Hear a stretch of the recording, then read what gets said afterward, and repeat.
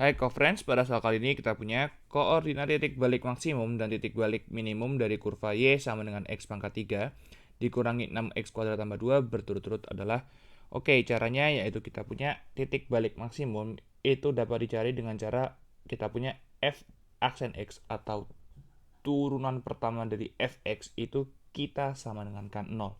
Itu nanti adalah koordinat dari kita punya koordinat X ya dari titik baliknya.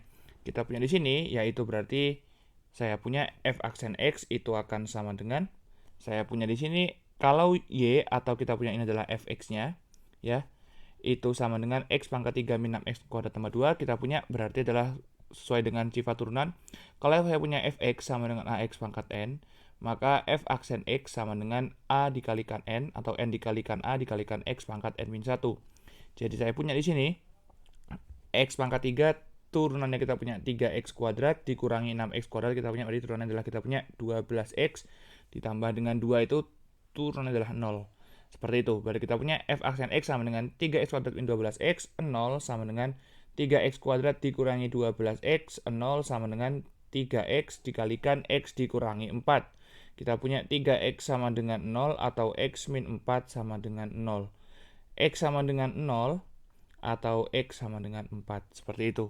Nah, di sini kita punya yaitu adalah saya sebut ini adalah titik-titik stasionernya. Nah, syarat di sini saya punya yaitu adalah jika saya punya di sini turunan kedua dari saya punya di sini yaitu adalah fx, lalu nanti kita masukkan yaitu adalah nilai dari titik baliknya itu kurang dari 0, maka saya sebut dengan titik balik maksimum.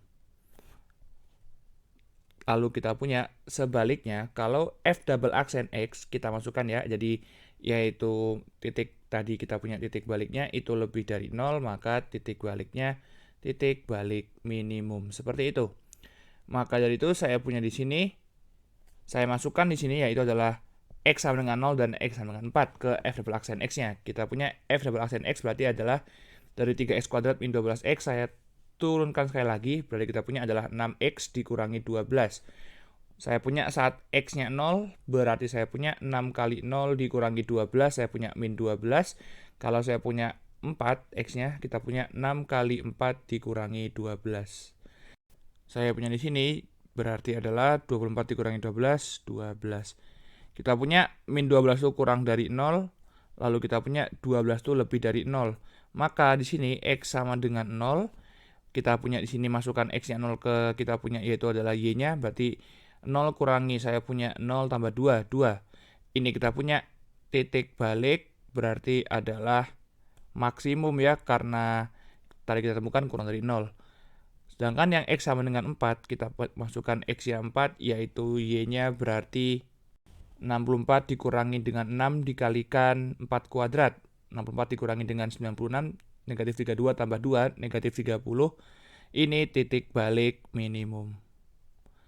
Jadi kita punya yaitu adalah titik balik maksimumnya itu 0,2 dan titik balik minimumnya adalah 4,-30. Sesuai dengan pilihan yang B pada soal. Sudah ketemu ya jawabannya, sampai jumpa pada pertanyaan berikutnya.